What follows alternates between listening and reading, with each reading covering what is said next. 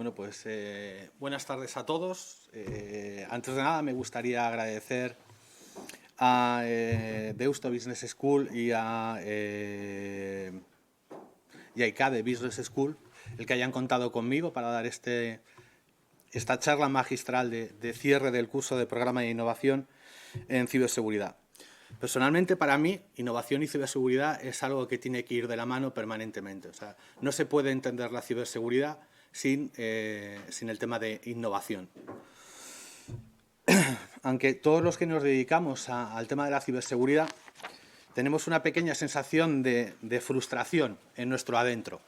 Porque al final, por mucho que intentemos innovar, por mucho que intentemos ir por delante de los malos y por mucho que intentemos adivinar por dónde van a venir, al final los que marcan la carretera son ellos. Estamos viviendo una época de muchísimos cambios, donde, por ejemplo, se está intentando hacer smart todo aquello que nunca fue concebido para ser smart, como por ejemplo una ciudad o como un estadio. ¿Vale? Ahora en todos los sitios estamos hablando de los smart stadiums y demás. Al final, no cabe duda de que es maravilloso y que desde el punto de vista del negocio, el tener todo conectado en una misma sala y poder controlar desde las luces, la afluencia de gente, las pompas de riego o los marcadores de un estadio, va a traer muchísimas ventajas a toda la gente, ¿no? Pero realmente estamos abriendo una cantidad de vectores de ataque nuevo que no existían antes, que los cibercriminales, por supuesto, que van a intentar utilizar. O sea, imaginaros, por ejemplo, el desastre que sería que el día antes de un partido de Champions alguien tomara el control de uno de estos Smart Stadiums y encendiera las pompas de riego y al día siguiente no se pudiera jugar porque el campo estuviera inundado. O que tomara el control del marcador y en mitad de un partido pusiera cualquier cosa totalmente inapropiada en el mismo, ¿no? O que más allá, que de repente uno de los partidos que se juega a última hora de la noche apagara las luces y gritara por megafonía bomba. O sea, lo que se podría originar sería una auténtica catástrofe. Por este tipo de cosas es muy importante el que empecemos a entender y a priorizar el que el concepto de ciberseguridad se tiene que insertar en cualquier proyecto en su fase de inicio. No podemos esperar a que el proyecto esté finalizado para poder coger e incorporar la capa de seguridad, porque no funciona, ¿vale? Vivimos en un mundo donde prima más el llegar el primero que llegar de forma segura. Y no me refiero a las campañas de la Dirección General de Tráfico. Me refiero a que, por ejemplo, el tema de los coches conectados. Prima muchísimo más el poder dirigirte al mercado y decir, yo soy el primero en haber sacado un coche totalmente autónomo, más que hacer que ese coche realmente sea autónomo y seguro. Estoy seguro de que, según estoy diciendo este tema, más de uno le está viniendo a la cabeza, por ejemplo, el caso de Jeep, donde anunció que tenía un coche autónomo y el día de la presentación le hackearon y realmente en lugar de conseguir el que su marca tuviera un valor añadido porque había sido el primero, se le vino en su contra y el daño reputacional que tuvo fue tremendo. Hemos incorporado en nuestro día a día un sinfín de nuevas tecnologías, como por ejemplo asistentes virtuales, la banca online, la digitalización de documentos, la inteligencia artificial, machine learning, 5G, un sinfín de cosas y un sinfín de cosas que aún están por llegar, como por ejemplo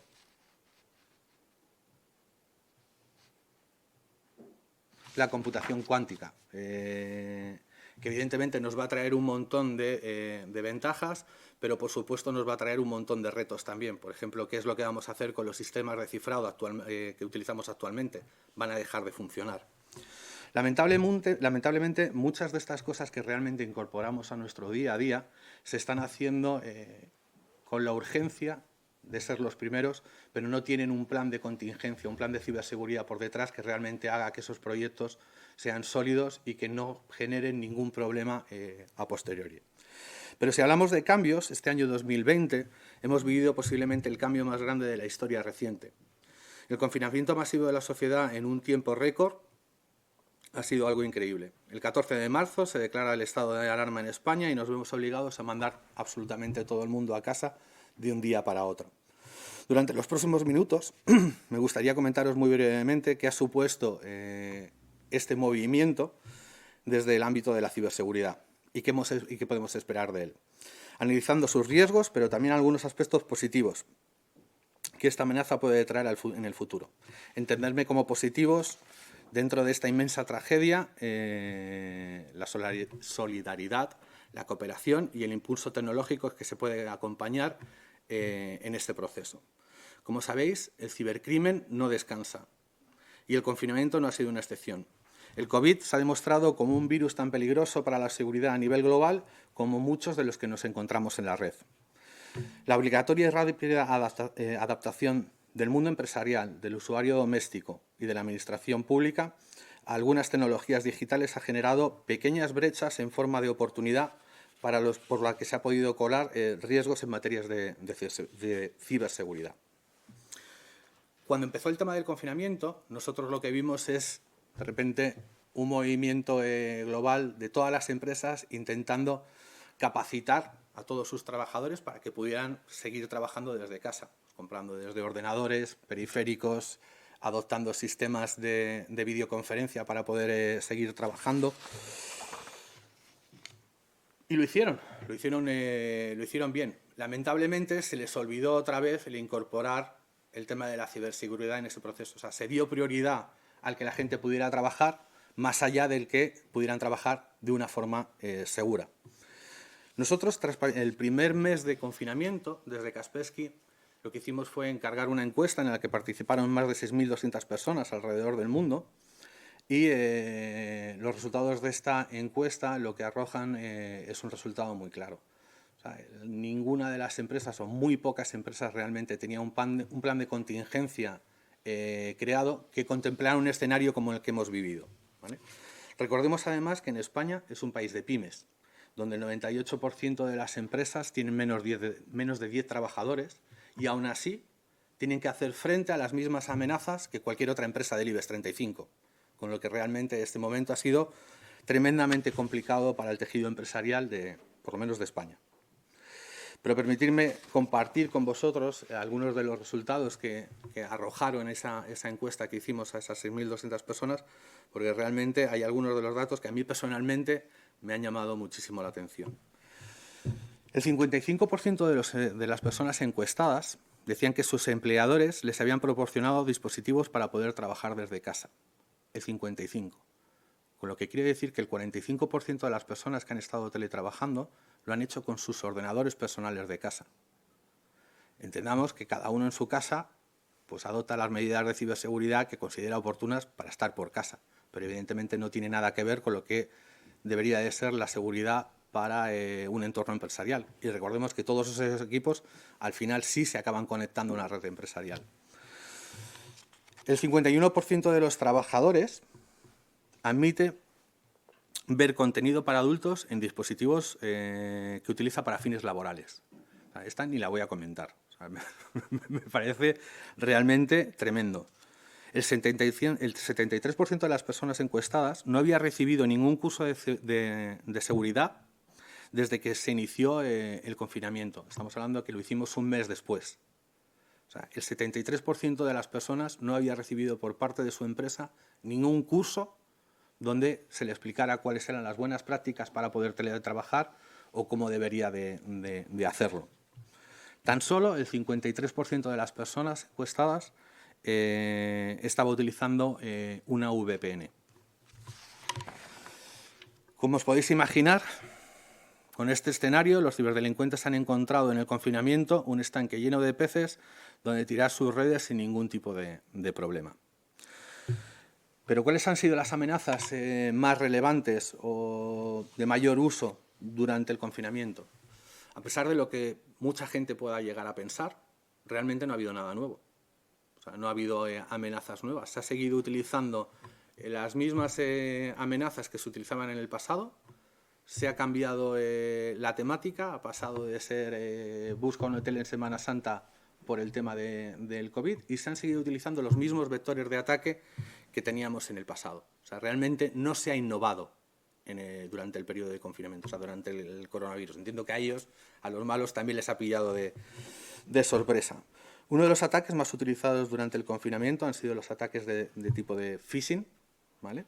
Y por poner un ejemplo, en España nosotros hemos detectado más de 91 modalidades diferentes de correos fraudulentos durante este periodo. 91 tipos de correos diferentes, que es una auténtica barbaridad. Y los más utilizados han sido los de carácter bancario, intentando conseguir, pues al final, el poder acceder a las cuentas bancarias de cada uno de los usuarios. Hemos visto una proliferación de dominios maliciosos en los que se combinaban palabras como corona, vacuna, crisis, intentando captar así la atención de gente que al principio de la pandemia estaba buscando sobre todo información sobre qué era lo que estaba pasando en ese momento. Hemos visto un incremento muy alarmante y muy grande también de aplicaciones que ocultaban el software malicioso, tal y como aplicaciones que simulaban ser supermercados, que simulaban el poder darte cupones de descuento, o incluso algunas que prometían avisarte de si había algún infectado cerca de ti con el tema de coronavirus para que pudieras evitarlo. Al final, estas aplicaciones lo que llevaban era un adware incorporado, que lo que hacía es que infectaban tu teléfono móvil de publicidad sin que pudieras hacer mucho al respecto. Luego, el uso de la desinformación por parte de los ciberdelincuentes. Aquí realmente lo que hemos visto es más un tema de gamberrismo que una amenaza como tal, pero en un periodo como el que hemos vivido, de absoluto caos, el ver gente que se hacía pasar por médicos y decir que si comías mucho jengibre no te infectarías de coronavirus, o que en sitios donde hacía más calor el coronavirus pegaba menos, realmente lo que ha generado es muchísima confusión en la población, y eso al final también es un tema que habría que mirar. Con respecto a los ataques a infraestructuras críticas para la gestión de la crisis, incluyendo hospitales, en este sentido, en España hemos visto como tan solo en el mes de marzo se habían producido un incremento del más del 20% del número de incidentes a operadores de servicios esenciales. Y en cuanto al tema de ataques a hospitales, sí hay que decir que desde España hemos sido realmente afortunados, porque no nos han pegado tan fuerte como en otros países. En otros países a los hospitales les han atacado muchísimo, porque era una forma muy rápida de coger y conseguir dinero, porque enseguida se llegaba a algún tipo de acuerdo. O sea, cuando los hospitales estaban totalmente colapsados, el recibir un ataque que dejara al hospital totalmente fuera de juego era algo que no se podía mantener. En España solamente se ha declarado un ataque a un hospital en el mes de marzo. Hemos visto también temas de suplantación de identidad, y uno de los igual más señalados era lo que hicieron la Organización Mundial de la Salud, donde a los directivos les hackearon las cuentas, incluso pusieron sus credenciales en Internet. Y luego un tema también que duele a nivel personal, es porque al final ves el calado de este tipo de personas, es el tema de la solidaridad, donde muchísimos ciberdelincuentes lo que hicieron fue simular que habían generado ONGs para poder coger y pedir que la gente donara para poder combatir contra esta pandemia, y realmente lo que estaban haciendo era quedarse con el dinero. Pero claro, llegas y dices, han sido los mismos ataques del pasado: phishing, suplantación de identidad. O sea, no ha habido realmente nada que digas, ¡jo!, qué pasada, ¿no? ¿Por qué han tenido tanto éxito estos ciberataques durante el tema de la pandemia? Pues realmente, bajo nuestro punto de vista, al final, las medidas de seguridad que todas las empresas tienen en su casa están adecuadas a su actividad económica. O sea, tú llegas y tienes determinados perfiles de usuario. Pues este usuario no sale nunca de la oficina, pues tiene una configuración donde su sistema de seguridad está enfocado a este. Esta persona viaja. Bueno, que esta persona sí le tengo puesto pues, igual una VPN, o le tengo puesto algo para que se pueda conectar de forma segura desde fuera. ¿Qué pasó con el tema del confinamiento? Pues que desde la noche a la mañana toda la población de España se fue a casa. Entonces, sacaron todos los dispositivos, sacaron toda la gente del perímetro de tu organización, que realmente es lo que tienes bien protegido, y a partir de ahí pues generó un montón de vectores de ataque. Por otro lado, la falta de recursos, tanto humanos como económicos. Es evidente que gran parte del peso de esta pandemia se lo ha llevado los departamentos de IT y los departamentos que se dedican a la ciberseguridad de las compañías. Por un lado, para proveer a todos los empleados de los equipos necesarios para poder trabajar, pero por otro lado, también tienen que conseguir licencias pues, de Office, antivirus, de un montón de cosas, con lo que realmente en muchos casos estabas duplicando algún tipo de coste. Es entendible que muchísimas de las empresas no hayan querido gastar más dinero en este momento de la pandemia cuando tus ingresos están siendo recortados en mayor o menor medida. Por ejemplo, un hotel donde ha estado 4 meses sin operar, si alguien le plantea al que tiene que incrementar su inversión en ciberseguridad o que necesita más personas, pues realmente lo tiene complicado. Por otro lado, la inexperiencia de los usuarios. O sea, durante estos meses de confinamiento hemos visto como el tema de las ventas online ha crecido enormemente, pero al final ha sido porque es la primera vez que muchísima gente ha hecho su primera compra online. Claro, si tú eres una persona que no has comprado nunca online, con lo que no tienes tampoco un criterio válido para saber si este sitio es legítimo o no lo es, pues ha sido también un campo bastante verde para los ciberdelincuentes. Luego, los trabajadores son bastante más confiados cuando trabajan desde casa que cuando trabajan desde su oficina. O sea, no es lo mismo estar en tu oficina vestido con tu traje y con tus compañeros de trabajo que cuando estás en tu casa trabajando en pantalón corto y chanclas. Al final tu casa es tu castillo, tú te relajas y evidentemente te relajas a todos los niveles y al final acabas pinchando en un sitio donde no deberías de haberlo hecho. Por otro lado, el compartir el router de casa con tu propia familia.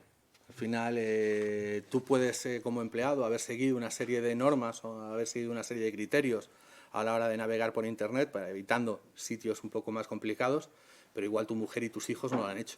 Y al final estáis compartiendo el mismo punto de acceso, que puede ser un nuevo vector de ataque. Y para mí, el último y más importante es la falta de formación y concienciación en materia de ciberseguridad, ya no solamente por parte de los trabajadores, sino de la ciudadanía en general. O sea, creo que en España falta muchísimo por hacer en materia de concienciación de ciberseguridad, porque es que además la gente no es que no quiera aprender, o sea, no sepa, es que no quiere aprender. O sea, cuesta muchísimo encontrar a gente que realmente todo lo que pueda llegar a aprender en materias de ciberseguridad luego lo aplique en su día a día. ¿Y qué podemos esperar de cara al futuro? Y ya con esto termino. Bajo mi punto de vista, y coincido con vosotros, muchas de las cosas que se han puesto en marcha durante este periodo de confinamiento se van a quedar. O sea, para mí el tema del teletrabajo se va a quedar y realmente ha ayudado para que, por ejemplo, las empresas españolas se den cuenta de que el teletrabajo no es malo. O sea, si miramos un estudio que lanzó el Banco de España el año pasado, en España solamente el 13,5% de las personas teletrabajaba. Si lo comparamos, por ejemplo, en las mismas fechas con Suecia, donde el 30%, o sea, donde el ratio de teletrabajo era un 30%, España estaba muy por detrás. Entonces, entiendo que nosotros ya estamos hablando con muchas empresas que realmente están empezando a preparar un plan de teletrabajo y donde están mirando a ver cómo lo pueden hacer formar parte de su día a día.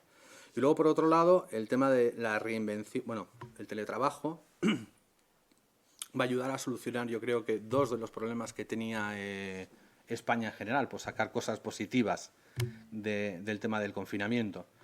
Va a ayudar muchísimo a solucionar el problema de la España vaciada, porque si realmente se va a poder teletrabajar y las empresas vamos a empezar a poder facilitarlo, quiere decir que igual gente en Soria no va a necesitar tener que venirse a Madrid para encontrar un trabajo o a Barcelona. Y luego, por otro lado, va a ayudar tremendamente al tema de la conciliación familiar. Aunque después de 4 meses en casa igual es un problema. ¿Vale?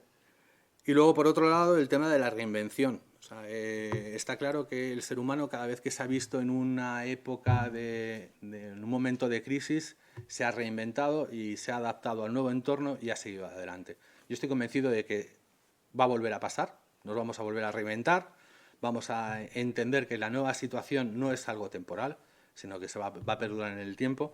Durante los 3 primeros meses de pandemia hemos visto avances tremendos, por ejemplo, en el tema de la educación, que de la noche a la mañana encontraron cómo poder seguir manteniendo a los estudiantes en activo a través de las videoconferencias.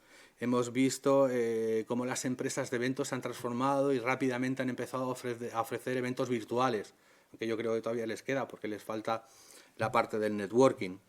Pero hemos visto negocios fantásticos como el tema de teleniñeras, que a mí me hizo muchísima gracia el que hubiera gente que se dedicara ahora a entretener niños a través de una videoconferencia.